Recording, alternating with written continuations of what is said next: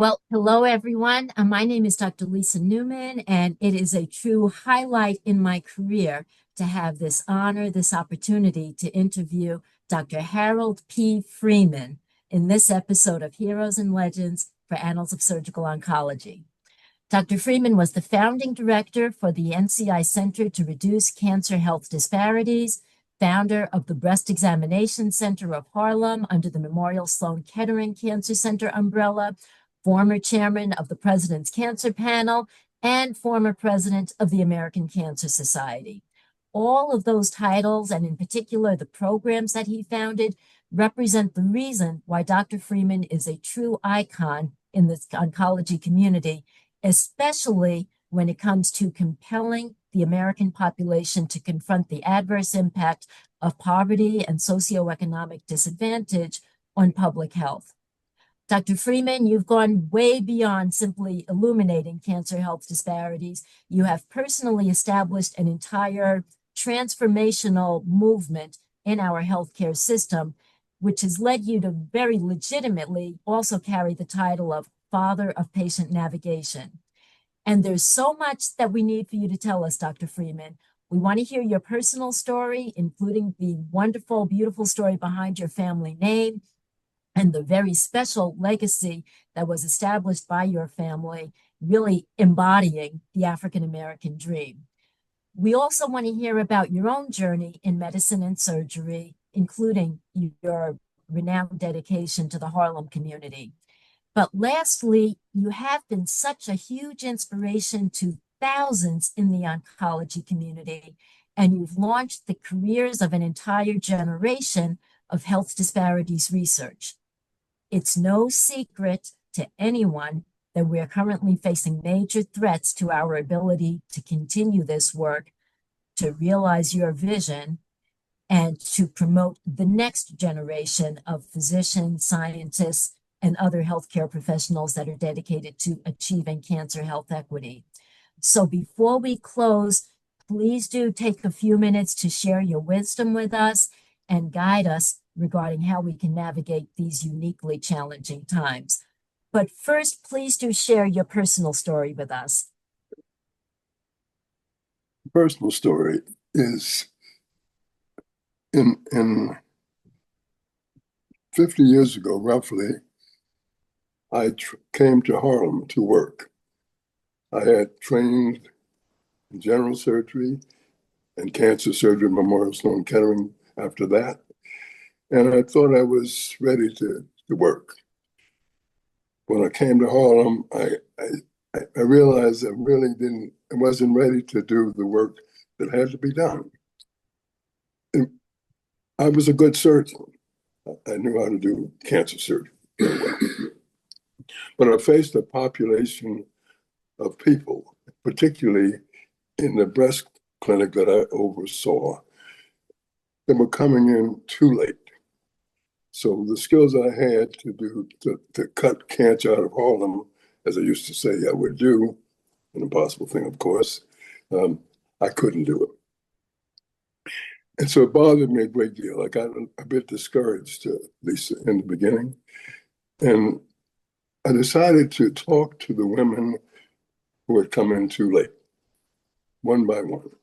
And I talked to as many as 20 or 25 of them to ask, what happened? Why did you come in the condition that I saw you where I could see the cancer? It was ulcerated sometimes. And they explained to me what happened. So, Dr. Freeman, when I came to you, that wasn't the first time I tried to get into the system. I came to the Harlem Hospital emergency room. I waited for a long time. Finally got to see a doctor who was polite to me, but he said to me, "You're in the wrong place. You have a lump in the breast, and that's not an emergency. You're in the emergency room. So go downtown to the Medicaid office, 100 blocks south, get your Medicaid card, and come back. And don't come to the emergency room, come to the breast clinic," which was a very complex thing. It's a woman who was poor, uninsured, children at home, often a single mother. So the process of being diagnosed that I was recommending was more painful than the painless lump. And that is the fundamental issue. And so that discouraged me at first, and I began to wonder, what can I do about this? And the women themselves told me what to do. So what I'm going to tell you is what I learned from the women of Harlem, which led to all of this. And so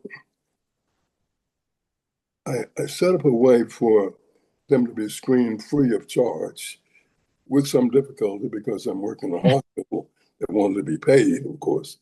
But I set up a free clinic on Saturday mornings at Harlem Hospital, where the clinic was empty. And I told the women, we went to the community, told them, come to the 7th floor. Don't stop at the admission office. That's where they were being stopped. So they would finally come to me and examine them free of charge. And then I'd had a finding, and I didn't have a way to deal with that yet. I could find something free of charge by screening, including mammography, and not solve the problem. So I consulted the Health and Hospitals Corporation downtown, which oversaw our hospital, and I said, I'm having this problem. Can you help me? And so they did. They created a number for the patient to come in, put it on the chart. When they put this number on the chart, the patient is in the hospital.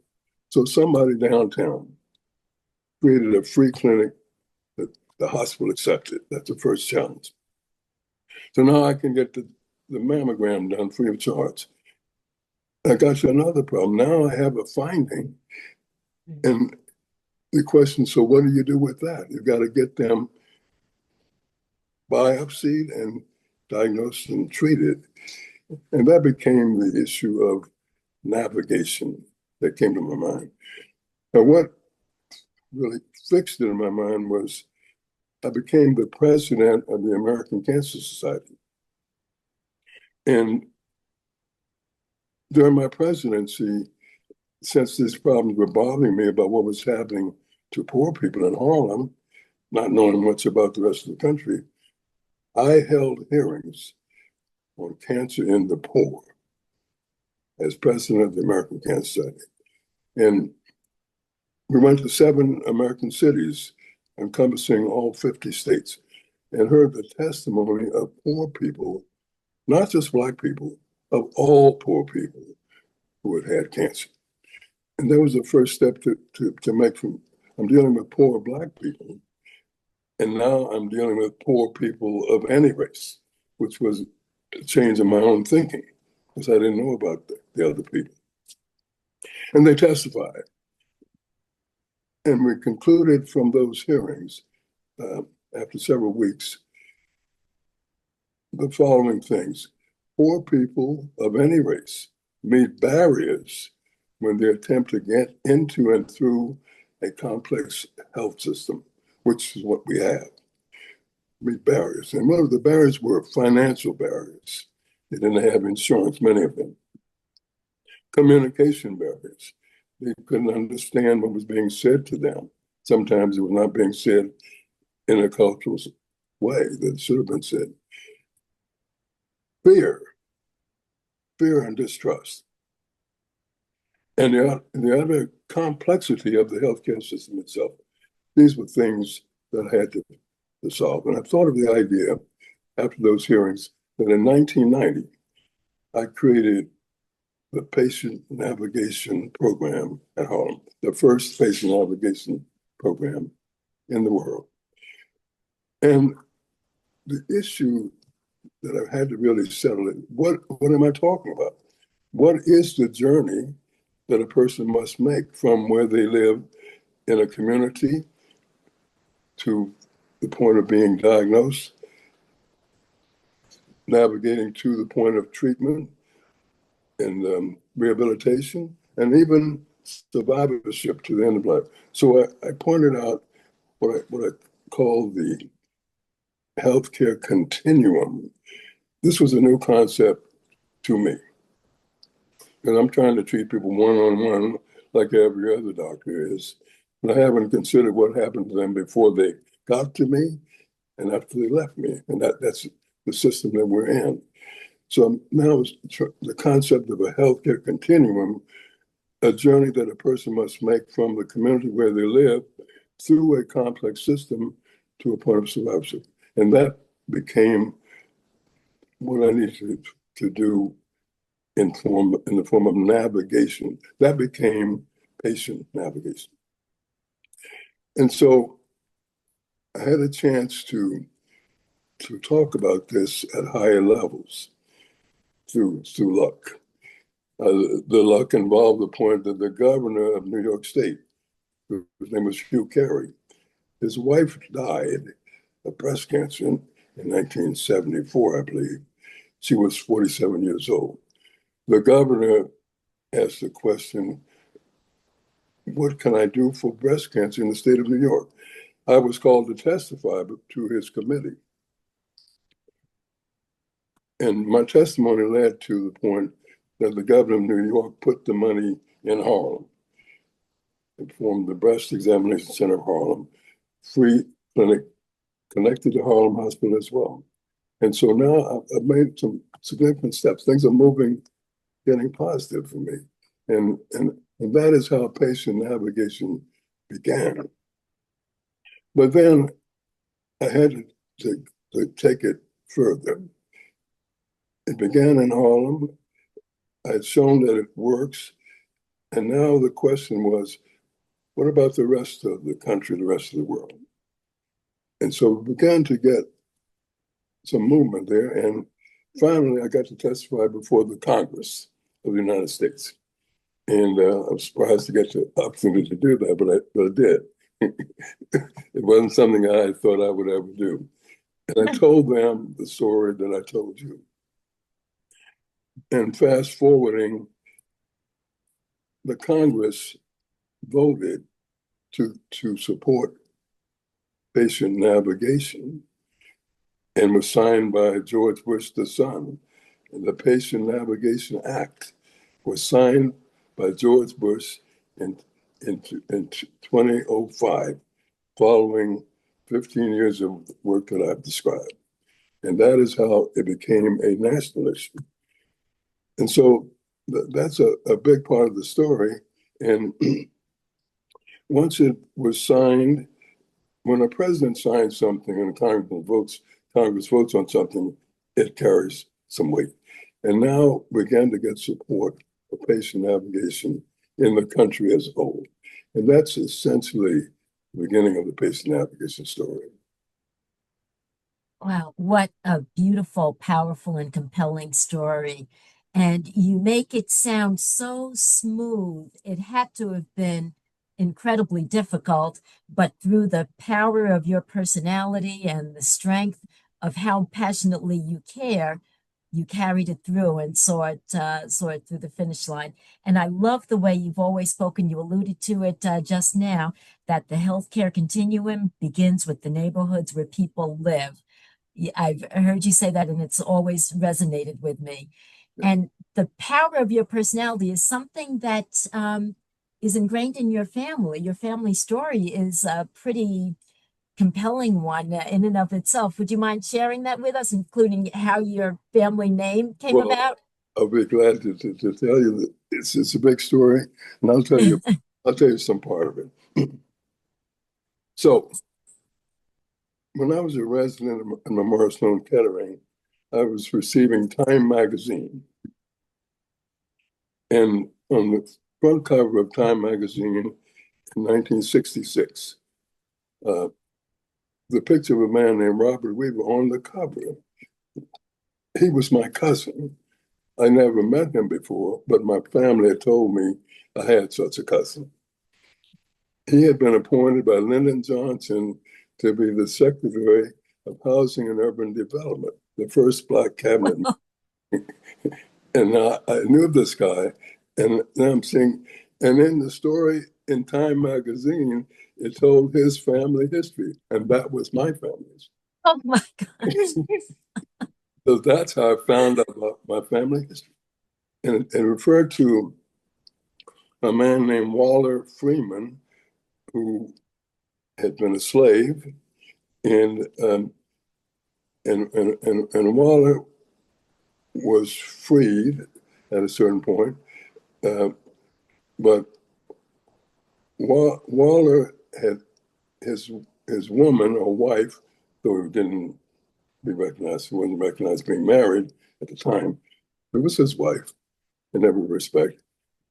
Had a child by the woman who was a slave. So his son then was a slave. By this time, he was free, but his son was a slave. So now the story goes further because the owner of the slave got appointed to the cabinet of the President of the United States. The owner, the name was the Honorable George Badger. And I wonder why they call him honorable, because when you have slaves, it shouldn't be considered honorable. That's a different story. So the Honorable George Badger went from North Carolina, Raleigh, North Carolina, to Washington to be a member of the cabinet of this newly elected president, who died himself 30 days later. He had brought his slaves with him, and now he's getting ready to go back to North Carolina with the slaves. In the meantime, Waller, who was free by then, struck a deal with this man, Badger, to buy his family, wife and 6 children, in Washington. And so that is why I am from Washington, D.C., because the slaves didn't go back to North Carolina, they stayed in Washington. And that's a personal story. So it's a complex story. And going further than that, um, the story continues to grow. And finally, we get a lot of support from America and the American people who began to hear this story, supported this story. Patient navigation began to spread throughout America. Finally, the Centers for Medicaid and Medicare began to support it. And ultimately, in recent years, fast forward quickly, further forward, in respect to time, there was a passage of a law under CMS to support the payment for patient navigators. That's just very recent. And that's a big part of the story. Now we have a situation, navigation beginning in a community being looked at by someone who knew very little about it. They said, all I knew at the time was how to play tennis and operate. That wasn't enough to help. Now we're at the situation where we've created a national program. And so it spread throughout the country now, being paid for to a certain extent. And it began to be recognized globally. The best example I can give you about this global extension is that last week, I received an email from Romania. And someone in Romania had created a patient navigation program. There was a woman that I had trained at the Harold P. Freeman Patient Navigation Institute, Wow. went back to Romania, created patient navigation teaching, which got to the level of government. And now law has been passed in Romania to support patient navigation. That's an example. So that's part Wow. of the story. And I understand you've established models for navigation services on the continent of Africa as well. Yes, navigation is worldwide. In Africa, in Canada, in Europe. A week ago, I gave a Zoom to 15 countries in South America on patient navigation a week ago. And so now it's a worldwide practice, and it's a very simple concept. It means that other than the point that government passes laws to help people, like the question is, what about people themselves? You can say, is the discovery system, we do a wonderful job. We're all a part of it, you and I and others, discovering things. But we don't have a good assurance of delivering what we have discovered. So there's a disconnect, in my view, between what we discover and what we deliver to the people. And there's a disconnect between what we know and what we do. And so the patient navigation has become a worldwide connected concept now, that we must not only discover things, we must do things. And one of the principal ways to make this happen is to create a system where people are helping people, the strength of the people themselves. You can't just stop with government. You've got to have people involved. And now thousands and thousands of navigators around the world are helping people who need help. And it's a wonderful concept, and it's brought the country together in a way to not only discover, but to deliver, not only to know, but to do, to save lives. It is absolutely beautiful. And along those same lines of people helping people on a professional level, would you mind sharing with us just a couple of remarks about some of the mentors that you've spoken about in the past? Dr. Burke, Mickey Syphax, and Dr. LaSalle de La Fall Jr.? Yes. Well, it starts even before that. I grew up in a certain house in Washington. My mother and father met on the tennis court in a different city, and I became a tennis player at a certain point. And they gave me a strong background. A lot has to do with how you grow up and what you get exposed to. My mother helped people, and she made me want to help people. My mother, she would always try to help people. It wasn't related to medicine, it just related to people. So that's how I started. And so my family was very important.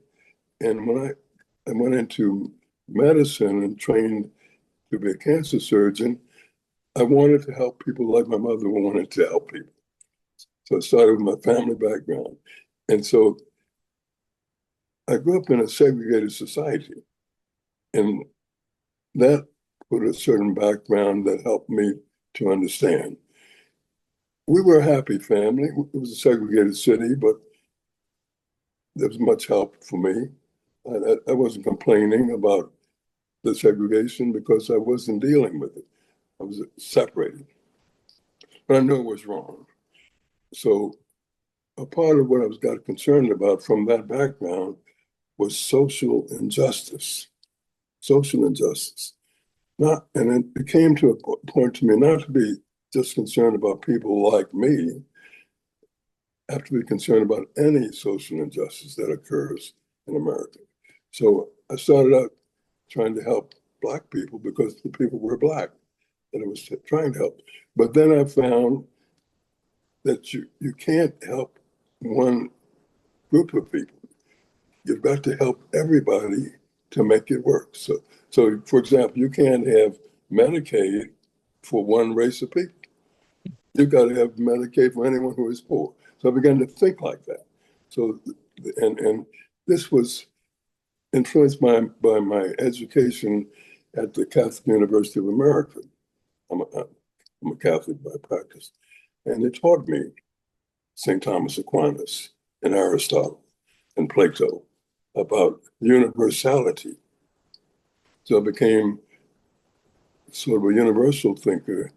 And I thought too of the point that you have to think, even if you want to help one group, you have to help humanity. the aim is then, what is the answer for human beings to be helped, to be benefited?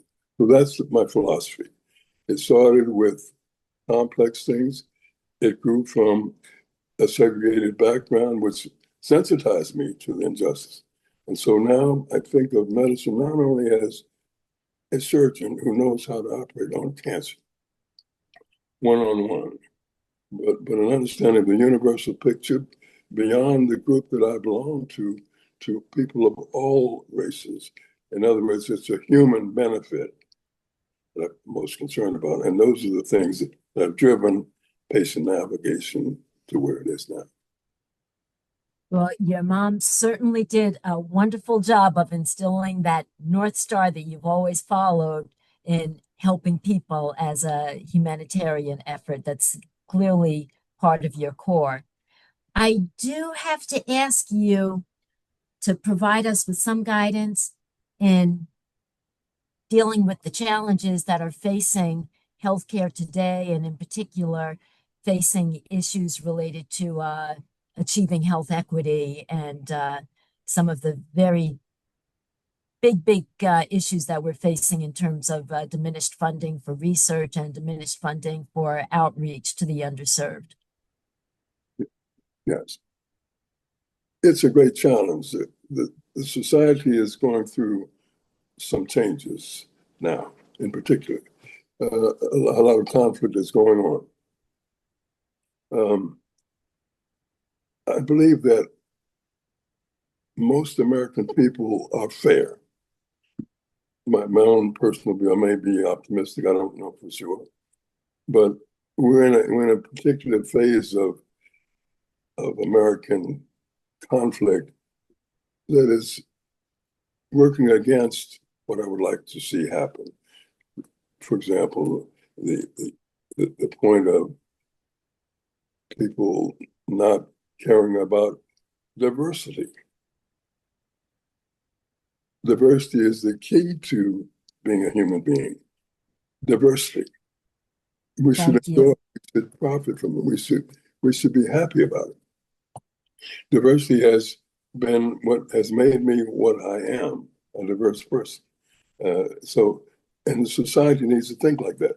So I think there are enough people in America, among the scientists and among the sociologists and others, to make this work, but not without a lot of consistency and strength. So I think the navigation concept has within it the process that can work for all of America. Because if people are taught to help other people, whether it be in medicine or in art or in entertainment, cooperation between people is really the answer to the problems that we have. And so I'm still optimistic, and it's going to be a job that we all have to do. But I believe there are enough people in science, in art, in other forms of creativity, in the farmers of America, ordinary people who want to make this work. And I think that a navigation concept, people helping other people, is a key forward for America itself and perhaps the world. Well, Dr. Freeman, we need for you to keep using that powerful, beautiful voice of yours to encourage the younger generations, because I hear and see so much frustration out there and so much tension and sensitivity that the field is just not welcoming for young people to want to explore disparities research, and that the professional fields are not welcoming to young people from diverse backgrounds at all. And it is a challenge, but you speak the truth about your North Star so eloquently. Please keep speaking it to the younger people. They need to hear it. let me finish with one thought. So, Don't finish. Keep going. okay, so I go back to Richard Nixon, who declared a war on cancer That's right. in 1971. A war on cancer. That's right. Wonderful thought. The question is, what is the war on cancer? What should it be? Well, in the beginning, Richard Nixon thought the war on cancer would be over in about 8 years because he thought we'd get to some kind of magic bullet of some kind. Not possible. So the war on cancer was being fought as a research war in Nixon's mind. If he put enough money into research, you'd have the answers and it'd be solved. But he didn't really think of the point that what you discover has to be delivered. That was not in the, he thought we could put a man on the moon, and we did. And we thought it would like that. So I think the war on cancer has to be a guerrilla war, hand-to-hand combat in the neighborhoods of America where people live and die. Hand-to-hand combat. Combine that with discovery. Combine delivery with discovery through a guerrilla war against cancer. That is a beautiful way of putting it. A guerrilla war against cancer in the communities and the neighborhoods where people live. That is just phenomenal. Can I ask you one other question related to the concept of mentorship? You've been such a wonderful mentor to many, myself included. I've benefited from your knowledge and wisdom. I would also love to hear you make a couple of comments about Dr. Burke Mickey Syfax. I've heard you speak about him in the past, and Dr. LaSalle de la Yes. Fall, also icons in surgery and also African Americans in healthcare. Well, let me talk about LaSalle Fall. So when I was a medical student at Howard University, I rotated to surgery and I became an intern and a first year resident. And LaSalle Fall was my chief resident. He's a few years older than me. And here I saw a man who not only was a fine cancer surgeon, having trained at Memorial Sloan Kettering himself, but he was so concerned about people and doing the right thing for people. And he led me into thinking about the combination of being an excellent surgeon who also was concerned about people. And LaSalle Fall then was really a person that I looked up to and tried to be like. I tried to be like LaSalle Fall, and LaSalle Fall happened to be the president of American Cancer Society at a certain point. And LaSalle Fall was the chairman of the Committee on Cancer in Minorities when I came onto the society. And it was that same committee that he chaired that I became the chairman of. And I asked the question then of myself and others, we Committee on Cancer in Minorities, is this trying to make a distinction between minority and everyone else? Is it a minority issue or is it a systemic societal issue? And finally, out of that came the point that after the hearings on cancer in the poor, we changed the name of the committee from Cancer in Minorities to Cancer in the Poor. So it led me from a limited concept to a universal humanitarian concept, cancer in the poor, coming out of the committee that LaSalle Fall had formed. And so he was a great leader for me. And I tried to be an example for people that have come after me, like your generation and others. And I hope that I've been successful to some extent. Oh, You have just been an absolute beacon to so many of us. I cannot thank you enough for everything that you've done. So many of us can only dream to be as dedicated and effective as you've been in making the world a better place. I thank you from the bottom of my heart. To stress the point, I think that it's important for a young person, a young researcher, I hope someone listening, um, to gain the highest level of skills that they can gain in the practice that they're in, whether it be surgery or medicine or anything else. But to keep universality in mind. In other words, you're working with some segment of the population that you're being exposed to, but the things that you're trying to learn is what to do for all people, because you can't, as Martin Luther King said, there's no single pathway to elevate Black Americans from other people. There's not a single pathway for a race of people. We have to consider the pathway for all humanity, which includes the one that you're working with yourself. Oh, absolutely tremendous advice. I thank you.